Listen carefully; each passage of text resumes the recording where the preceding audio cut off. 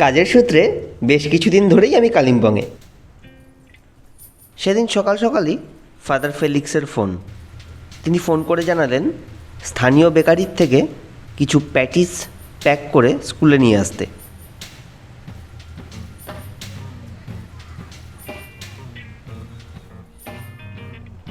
প্রায় গাড়ি ভর্তি প্যাকেটগুলোকে কোনো মতে সামলে রওনা দিলাম কাফের গাঁওয়ের উদ্দেশ্যে।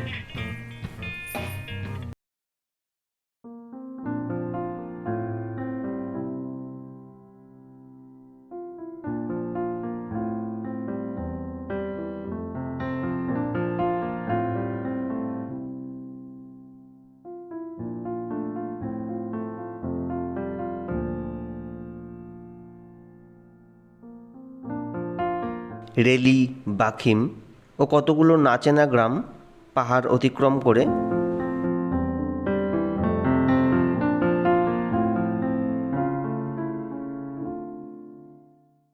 পৌঁছালাম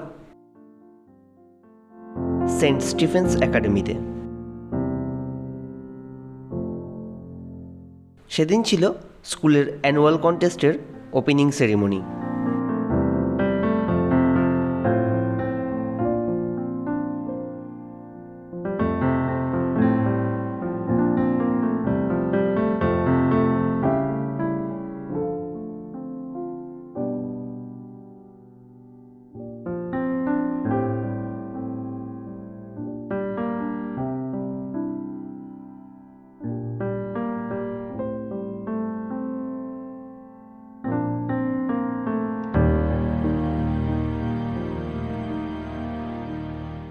স্টুডেন্টসদের নাচ, র্যাম্প ওয়াক ও প্রদীপ প্রজ্বলনের মাধ্যমে অনুষ্ঠানের শুভ সূচনা হয়।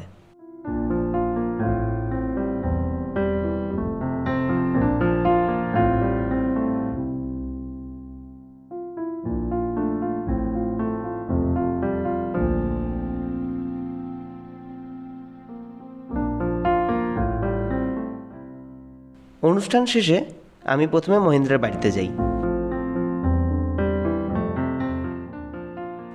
পরে একটু আশেপাশেই ঘুরতে বের হই। কোনো জায়গাকে সঠিকভাবে জানতে হলে প্রয়োজন স্থানীয় লোকের।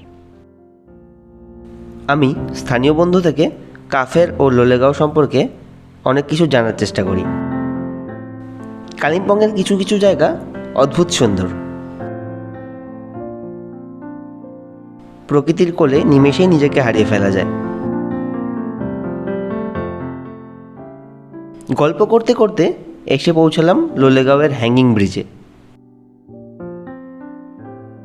প্রায় 180 মিটার দৈর্ঘ্য বিশিষ্ট এই ব্রিজটি ট্যুরিজমের স্বার্থে তৈরি করা হয়েছিল।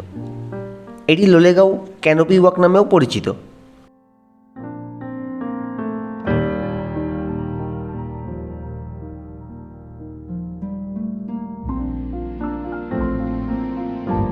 লোলেগাঁওয়ের আরেক আকর্ষণ যোগ। এই সম্পূর্ণ জায়গা জুড়ে অজস্র যোগ ছিল।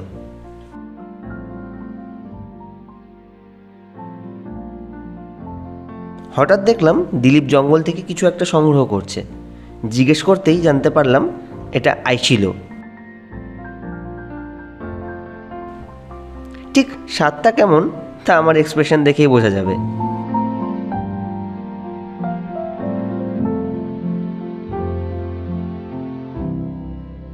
লোলেগাঁও রেঞ্জের এই ফরেস্ট বাংলোটিকে 2007 সালের গোর্খাল্যান্ড আন্দোলনের সময় জ্বালিয়ে দেওয়া হয়েছিল।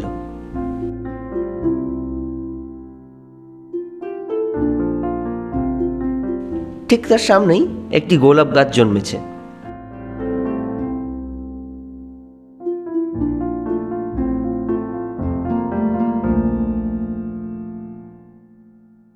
ওই দূরে কালিম্পং শহর।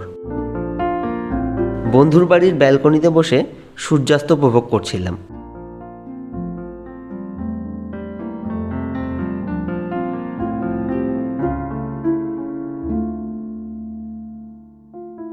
এবার আবার কালিম্পং ফেরার পালা। পাহাড় কেটে বড় রাস্তা তৈরি হচ্ছে। বাগরাকোট, লাভা, লোলেগাঁও, কালিম্পং শহর ও পরবর্তীতে হয়তো সিকিমের সাথে এই রাস্তা সংযুক্ত করা হবে।